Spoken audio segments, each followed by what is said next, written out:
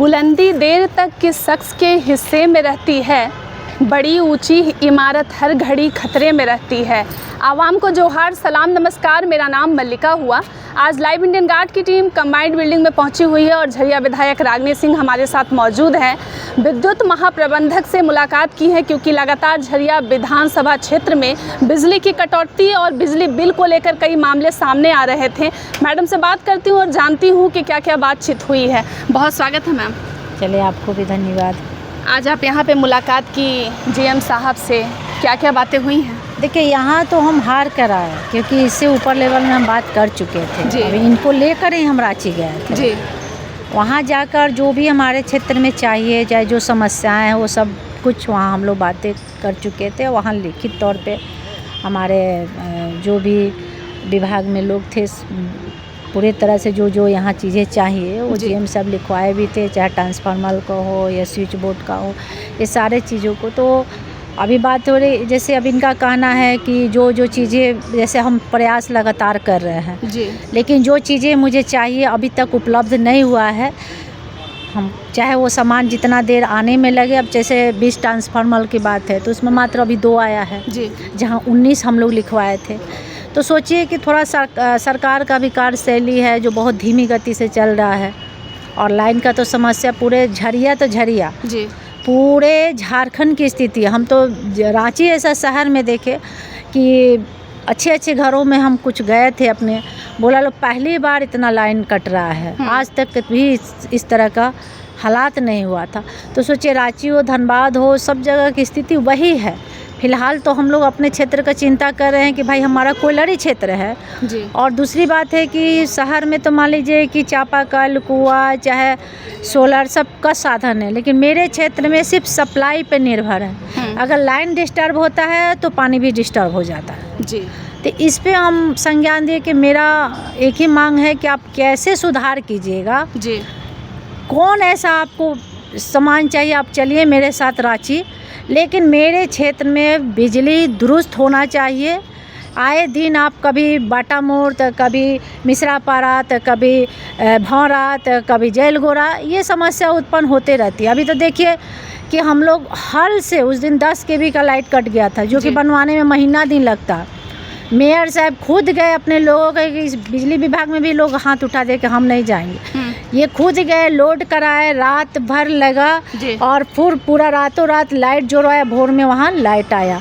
तो चाहे कि हम लोग का जहाँ तक प्रयास होता हो तो हम लोग कर देते हैं, लेकिन जो ऊपर लेवल का, जो सरकार का सहयोग चाहिए, वो सरकार का सहयोग कहीं ना कहीं जीएम साहब को नहीं मिल रहा है, जो शहर में जो पूरी तरह से साधन दे सके। स्विच बोर्ड का बात है, ट्रांसफार्मर का बात है, केबलिंग का जो बात होता है, तो उस सारी चीज़ों में खर्च तो होता ही है ना, बिना मिले तो होगा नहीं।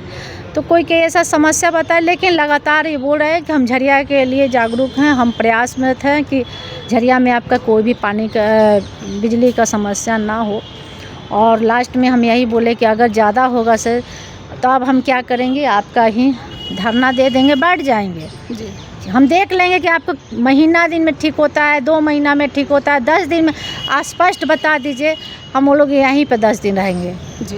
क्या करेंगे लास्ट में, जब सरकार नहीं सुनेगा, आप नहीं सुनिएगा, वो नहीं तो हमारा जनता ऐसे गर्मी में थोड़ी मरेगा।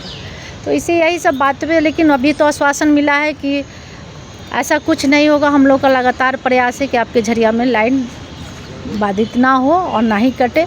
छोटी मोटी जब समस्या आती है तो हम लोग पहले अवगत कराते हैं जी। और दूसरी बात है कि लाइन में क्या है, 6-6 महीना 2 साल पर बिजली बिल आ रहा है, आम लोग कैसे देंगे? आम पब्लिक के लिए तो परेशानी है जी। तो ये सब सारी समस्याएं हैं। कई ऐसा मोहल्ला में अभी कि अभी तक तार और पोल तक नहीं गया है, 5 साल 6 साल लोग दौड़ते रहे हैं।